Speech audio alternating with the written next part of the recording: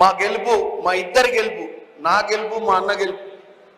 తీన్మార్ మల్లన్న అంటే తెలంగాణలో తెలియనోడే ఉన్నాడు.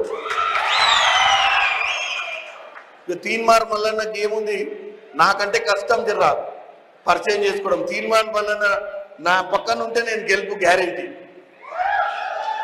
సో తీన్మార్ మల్లన్న గారు కూడా ఎమ్మెల్సీ గ్రాడ్యుయేట్ ఎన్నికలలో పోటీ చేస్తుర్రు.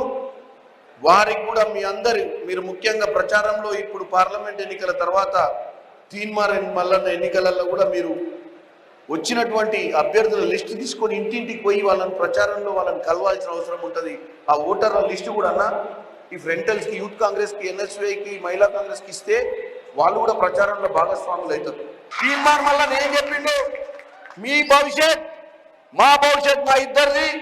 రేపు లోకల్ బాడీ జిల్లా పరిషత్ ఎన్నికల్లో, ఎంపీటీసీ, సర్పంచ్ ఎన్నికలలో కూడా మీకు అవకాశాలు వచ్చేటట్టు చేస్తాం.